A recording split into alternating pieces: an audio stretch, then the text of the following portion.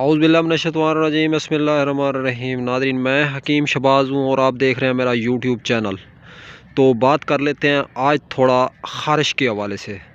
خارش کا جو مرض ہے، خارش کی جو وبا ہے، خارش کی جو بیماری ہے، خارش کا جو روگ ہے، اس حوالے سے اگر آپ لوگ ویڈیو دیکھنا چاہتے ہیں، اگر آپ نے خارش والے تھم نیل پہ کلک کیا ہے تو ویڈیو کی مزید ڈسکس جاری رہے گی۔ اس سے پہلے ضروری ہے کہ آپ لوگ ہمارے یوٹیوب چینل کو سبسکرائب کریں، ویڈیو کو لائک کر دیں، بیل آئیکن پریس کر دیں۔ تو شروع کرتے ہیں ناظرین خارش کے موضوع کے حوالے سے کچھ ڈسکس، کچھ بات۔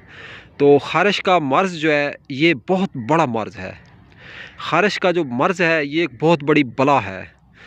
بعض روایتوں میں آیا ہے، سنا ہے کہ یہ جہنمیوں کا مرض ہے، جہنمیوں کو بھی خارش لاحق ہوگی۔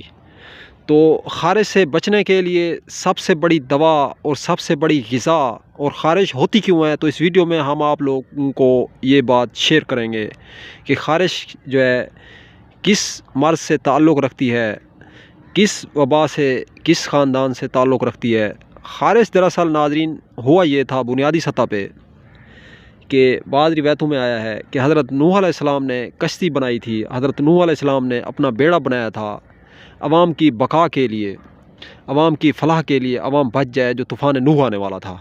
تو اس وقت کچھ شرارتی آدمی تھے، کچھ شرارتی لڑکے تھے، شرارتی گروہ تھا جو کہ اس کے اندر آ کے بیڑے کے اندر، کشتی کے اندر نوح علیہ السلام کی نعوذ باللہ من ذالک پیشاب وغیرہ کر جاتے تھے۔ تو پیشاب کرتے کرتے بہت تنگ کرتے تھے، تو پھر اللہ تعالیٰ نے ان کو جو ہے خارش کا مرض لاحق کر دیا، جو بندے پیشاب کرتے تھے۔ تو خارش کا آرام ہی نہیں ہو رہا تھا ان لوگوں کو۔ پھر ہوا یہ کہ حاصل کلام یہ ہے، ایک آدمی جو ہے ایک دن پیشاب کرنے گیا، اسے بہت زیادہ خارش تھی، تو خارش کی وجہ سے وہ جا کے اس میں گرا۔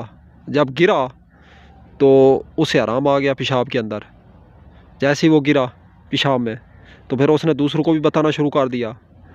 تو پھر سارے اس طرح جو ہے مرض بہت شدت اختیار کر چکی تھی، جا کے اس پیشاب میں ڈبکی لگاتے تھے، وہ ٹھیک ہو جاتے تھے۔ تو اللہ تعالیٰ نے ان کو پھر سزا دی اسی کے طور پہ۔ تو خارش کا علاج پیشاب تو نہیں ہے، پیشاب کے اندر آپ گر جائیں، تو ان کو اللہ تعالیٰ نے جہاں سے مرضی شفا دے، مالک ہے وہ، تو وہ گرے تو وہ ٹھیک ہو جاتے تھے۔ تو بہرحال حاصل کلام یہ خارش کا جو مرض ہے، خارش کی جو بیماری ہے ناظرین، یہ اس کے اندر سب سے بڑا جو ایلیمنٹ ہے، جو سب سے بڑا ایشو آ رہا ہے، یہ پانی کا کم پینا ہے۔ پانی آپ لوگ جب کم پیتے ہیں تو اس کے بعد ہوتا یہ ہے کہ پانی کا جو مزاج ہے یہ سر تر ہے۔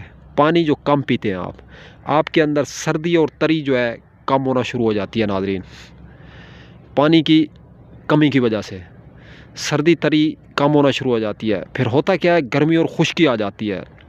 گرمی اور خشکی جب آتی ہے تو پھر ظاہر سی بات ہے جسم کے اندر کھجلی ہوتی ہے، جسم کے اوپر خراش ہوتی ہے، جسم کے اوپر دانے ہوتے ہیں، جسم کے اوپر کیل ہوتے ہیں، جسم کے اوپر چھایاں ہوتی ہیں، آنکھوں کے گرد حلقے بنتے ہیں، آنکھوں کے گرد جھریاں بنتی ہیں، کھڈے بنتے ہیں، تو سر میں خشکی ہوتی ہے، جسم پہ خشکی ہوتی ہے۔ تو پانی کی کمی کا یہ مرض ہے ناظرین۔ پانی آپ لوگ فٹ ہو کے پئیں، پانی آپ لوگ دبا کے پئیں۔ صبح جس ٹائم اٹھیں سب سے پہلے پانی پئیں، 1 گلاس 2 گلاس پی کے ایک بوتل ہاتھ میں رکھیں، پانی کی بوتل، تو اس کو بھی آہستہ آہستہ راستے میں جب جب پیاس لگے تو پیتے جائیں۔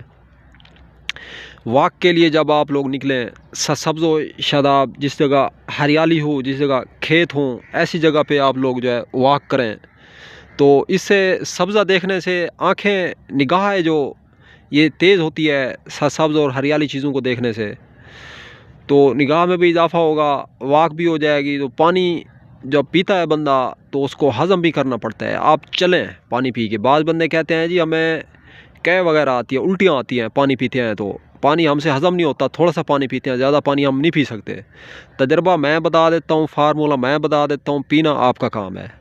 پانی کا دراصل آپ نے پانی کو گرم نہیں کرنا، ٹھیک ہے، تازہ پانی بھرنا ہے، ہینڈ پمپ ہے یا واٹر پمپ ہے، اس سے آپ لوگوں نے پانی بھرنا ہے، 1 گلاس پانی، تو اس کے اندر ہلکا سا نمک ڈالنا ہے، 1 چٹکی نمک ڈال کے اس کو پی لیں۔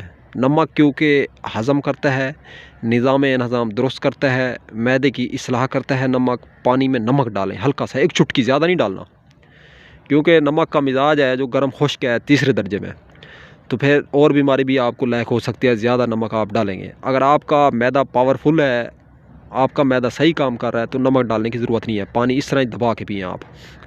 یہ ان حضرات کے لیے ہے، ان پیشنٹ کے لیے ہے جو حضرات شکایت کرتے ہیں، شکوہ کرتے ہیں کہ جی ہم پانی پیتے ہیں لیکن پانی ہضم نہیں ہوتا، زیادہ پانی ہم نہیں پی سکتے، تو پانی میں نمک بھی ڈالیں اور چلیں بھی صحیح، پیدل سفر بھی کریں پانی پی کے، تو پھر آپ کا پانی ہضم ہوگا۔ آپ کو انشاءاللہ اللہ کے فضل اور کرم سے آپ کی جو چہرے کی جو جھریاں ہیں، چہرے کی جو چھائیاں ہیں، آنکھوں کے گرد جو ہلکے بنتے ہیں ناظرین، یہ پانی سے ختم ہو جاتے ہیں۔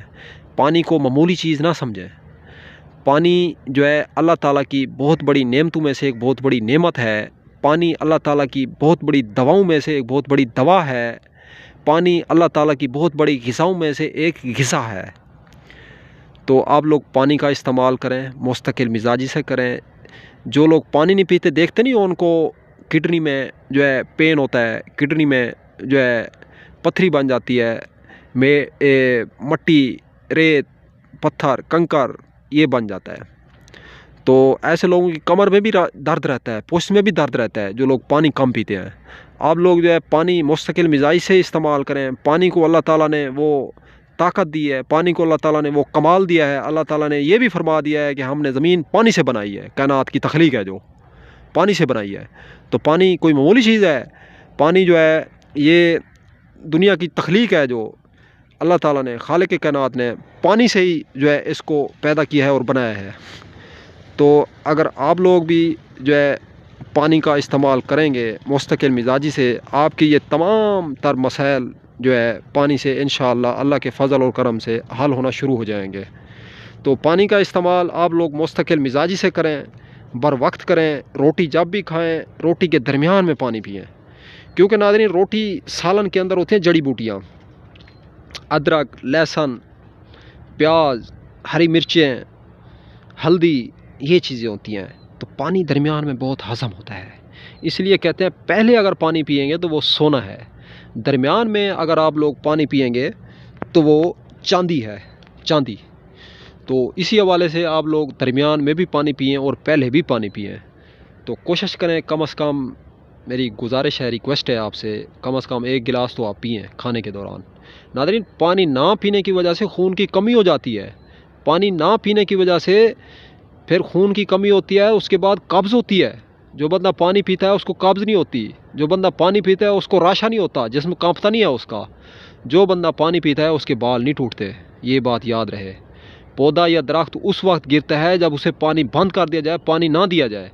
جس پودے کو پانی ٹائم پہ ملتا ہے، ہوا ٹائم پہ ملتی ہے، دھوپ ٹائم پہ ملتی ہے، تو وہ پودا کبھی نہیں گرتا، وہ پودا جو ہے پھلتا اور پھولتا ہے، پھل بھی اس کا موٹا ہوتا ہے، پھل بھی اس کا کھانے کا ہوتا ہے، لذیذ ہوتا ہے۔